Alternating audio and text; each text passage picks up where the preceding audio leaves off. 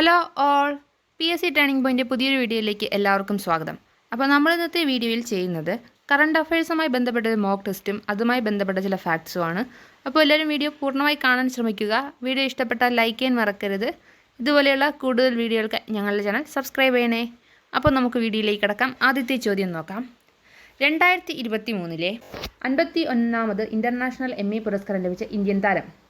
Option A Subhash Chandra, option B Vir Das, option C Ekta Kapoor, option D Steve ഓം യാൻ. ഉത്തരം ഓപ്ഷൻ ബി ആണ്, വീർദാസ്. അപ്പോൾ 2023 51ാമത് ഇൻ്റർനാഷണൽ ME പുരസ്കാരം ലഭിച്ച ഇന്ത്യൻ താരം വീർദാസ് ആണ്. അപ്പോൾ വീർദാസിനാണ് 2023 51ാമത് ഇൻ്റർനാഷണൽ ME പുരസ്കാരം ലഭിച്ച ഇന്ത്യൻ താരം. കോമഡി വിഭാഗത്തിൽ ME പുരസ്കാരം നേടുന്ന ആദ്യ ഇന്ത്യൻ താരമാണ് വീർദാസ്. അപ്പോൾ കോമഡി വിഭാഗത്തിലാണ് വീർദാസിന് ME പുരസ്കാരം ലഭിച്ചത്. ഈ വിഭാഗത്തിൽ ME പുരസ്കാരം നേടുന്ന ആദ്യ ഇന്ത്യൻ താരമാണ് വീർദാസ്. നെറ്റ്ഫ്ലിക്സിലൂടെ പുറത്തു വന്ന വീർദാസ് ലാൻഡിംഗ് എന്ന പരമ്പരയ്ക്കാണ് കോമഡി വിഭാഗത്തിൽ പുരസ്കാരം ലഭിച്ചത്. അപ്പോൾ നെറ്റ്ഫ്ലിക്സിലൂടെ പുറത്തു വന്ന വീർദാസ് ലാൻഡിംഗ് എന്ന പരമ്പരയ്ക്കാണ് കോമഡി വിഭാഗത്തിൽ പുരസ്കാരം ലഭിച്ചത്. അടുത്ത ചോദ്യം നോക്കാം. തിരുനെല്ലിയുടെ കഥാകാരി എന്നറിയപ്പെടുന്ന പ്രശസ്ത എഴുത്തുകാരി ഈയിടെ അന്തരിച്ചു. ആര്? Option A Sarah Thomas, option B Sugathakumari, option C P വത്സല, ഓപ്ഷൻ ഡി ഹൃദയകുമാരി. ഉത്തരം ഓപ്ഷൻ സി ആണ്, P വത്സല. അപ്പോൾ തിരുനെല്ലിയുടെ കഥാകാരി എന്നറിയപ്പെടുന്ന പ്രശസ്ത എഴുത്തുകാരിയാണ് P വത്സല. ഈയിടെയാണ് അന്തരിച്ചത്. നെല്ല് ആണ് P വത്സലയുടെ ആദ്യ നോവൽ. അപ്പോൾ P വത്സലയുടെ ആദ്യ നോവലാണ് നെല്ല്. എൻ്റെ പ്രിയപ്പെട്ട കഥകൾ, ഗൗതമൻ, മരച്ചോട്ടിലെ വെയിൽ ചീളുകൾ, കൂമൻ കൊല്ലി തുടങ്ങിയവയാണ് പ്രശസ്ത കൃതികൾ. അപ്പോൾ എൻ്റെ പ്രിയപ്പെട്ട കഥകൾ, ഗൗതമൻ, മരച്ചോട്ടിലെ വെയിൽ ചീളുകൾ, കൂമൻ കൊല്ലി തുടങ്ങിയവയാണ് P വത്സലയുടെ പ്രശസ്ത കൃതികൾ. മലബാർ കലാപം പശ്ചാത്തലമാക്കിയുള്ള P വത്സലയുടെ ശ്രദ്ധേയമായ രചനയാണ് വിലാപം. അപ്പോൾ തിരുനെല്ലിയുടെ കഥാകാരി എന്നറിയപ്പെടുന്ന എഴുത്തുകാരിയാണ് P വത്സല. നെല്ലാണ് ആദ്യ നോവൽ. എൻ്റെ പ്രിയപ്പെട്ട കഥകൾ, ഗൗതമൻ, മരച്ചോട്ടിലെ വെയിൽ ചീളുകൾ, കൂമൻ കൊല്ലി തുടങ്ങിയവയാണ് പ്രശസ്ത കൃതികൾ. മലബാർ കലാപം പശ്ചാത്തലമാക്കിയുള്ള P വത്സലയുടെ ശ്രദ്ധേയമായ രചനയാണ് വിലാപം. അടുത്ത ചോദ്യം നോക്കാം. മിഷൻ റെയിൻബോ 2024 എന്ന പേരിൽ 100 ദിന കർമ്മ പരിപാടി നടപ്പാക്കുന്ന bank. Option A Kerala bank, option B PNB, option C SBI, option D ICICI.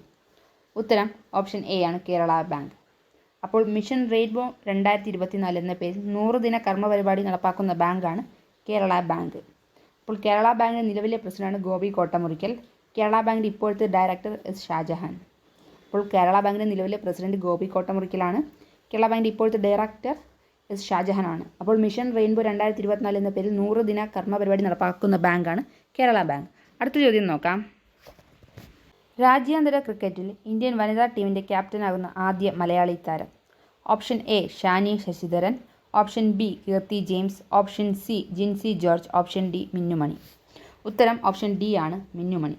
അപ്പോൾ രാജ്യാന്തര ക്രിക്കറ്റിൽ ഇന്ത്യൻ വനിതാ ടീമിൻ്റെ ക്യാപ്റ്റനാകുന്ന ആദ്യ മലയാളി താരമാണ് മിന്നുമണി. അപ്പോൾ മിന്നുമണിയാണ് രാജ്യാന്തര ക്രിക്കറ്റിൽ ഇന്ത്യൻ വനിതാ ടീമിൻ്റെ ക്യാപ്റ്റനാകുന്ന ആദ്യ മലയാളി താരം. ഇന്ത്യൻ ദേശീയ വനിതാ ക്രിക്കറ്റ് ടീമിൽ കളിച്ച ആദ്യ മലയാളിയാണ് മിന്നുമണി. അപ്പോൾ ഇന്ത്യൻ ദേശീയ വനിതാ ക്രിക്കറ്റ് ടീമിൽ കളിച്ച ആദ്യ മലയാളിയാണ് മിന്നുമണി.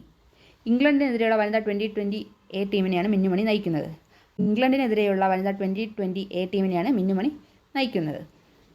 അപ്പോൾ രാജ്യാന്തര ക്രിക്കറ്റിൽ ഇന്ത്യൻ വനിതാ ടീമിൻ്റെ ക്യാപ്റ്റനാകുന്ന ആദ്യ മലയാളി താരമാണ് മിന്നുമണി. ഇന്ത്യൻ ദേശീയ വനിതാ ക്രിക്കറ്റ് ടീമിൽ കളിച്ച ആദ്യ മലയാളിയാണ് മിന്നുമണി.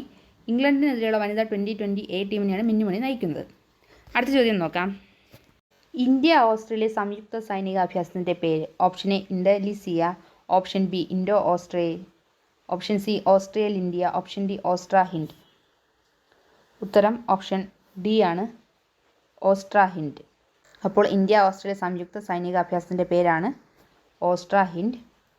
ഇന്ത്യയും കസാഖ്സ്ഥാനും തമ്മിലുള്ള സംയുക്ത സൈനിക അഭ്യാസമാണ് കസിൻ 2023. ഇന്ത്യ US സംയുക്ത സൈനിക അഭ്യാസമായ യുദ്ധ് അഭ്യാസിൻ്റെ 19ാമത് എഡിഷൻ്റെ വേദിയാണ് അലാസ്ക. അപ്പോൾ ഇന്ത്യ ഓസ്ട്രേലിയ സംയുക്ത സൈനിക അഭ്യാസത്തിൻ്റെ പേരാണ് ഓസ്ട്ര ഹിന്ദ്. ഇന്ത്യയും കസാഖ്സ്ഥാനും തമ്മിലുള്ള സംയുക്ത സൈനിക അഭ്യാസമാണ് കസിൻ 2023. ഇന്ത്യ US സംയുക്ത സൈനിക അഭ്യാസമായ യുദ്ധ് അഭ്യാസിൻ്റെ 19ാമത് എഡിഷൻ്റെ വേദിയായിരുന്നു അലാസ്ക. അടുത്ത ചോദ്യം നോക്കാം. നീതിപാതയിലെ ധീരവനിത എന്ന മലയാളം ഡോക്യുമെൻ്ററി ആരെക്കുറിച്ചുള്ളതാണ്? Option A justice M Fathima Beevi, option B justice Anna Chandy, option C justice Aisha Beevi, option D justice KK Usha. അപ്പോൾ നീതിപാതയിലെ ധീരവനിത എന്ന Malayalam documentary justice M Fathima ബീവിയെക്കുറിച്ചുള്ളതാണ്.